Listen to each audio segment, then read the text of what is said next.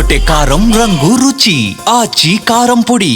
మెదక్ జిల్లా నర్సాపూర్లో బీఆర్ఎస్ వినూత్న నిరసన చేపట్టింది. కాంగ్రెస్ బాకీ కార్డు పేరుతో బీఆర్ఎస్ ఎమ్మెల్యే సునీత లక్ష్మారెడ్డి ఆధ్వర్యంలో ఆందోళన జరిగింది.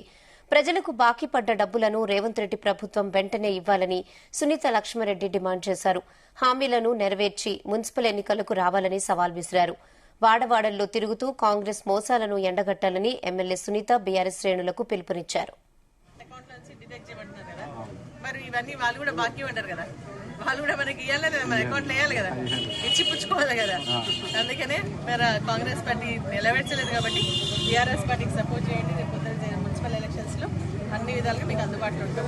महिलाओं को 2500 देते बोले एरिया, इसलिए 2 साल में 62,500 पेंडिंग है.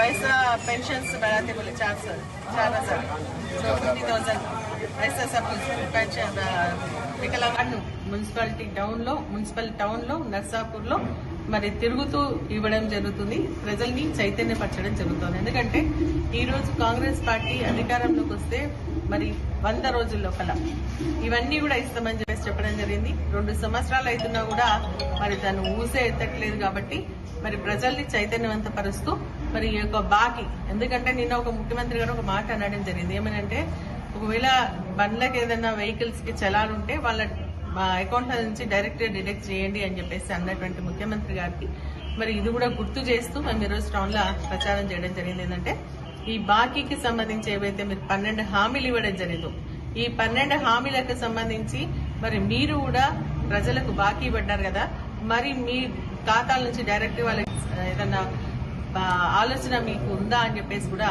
మేము అడగడం జరుగుతుంది. ఎందుకంటే బీఆర్ఎస్ పార్టీ ఆధ్వర్యంలో ఇవ్వడం జరుగుతోంది.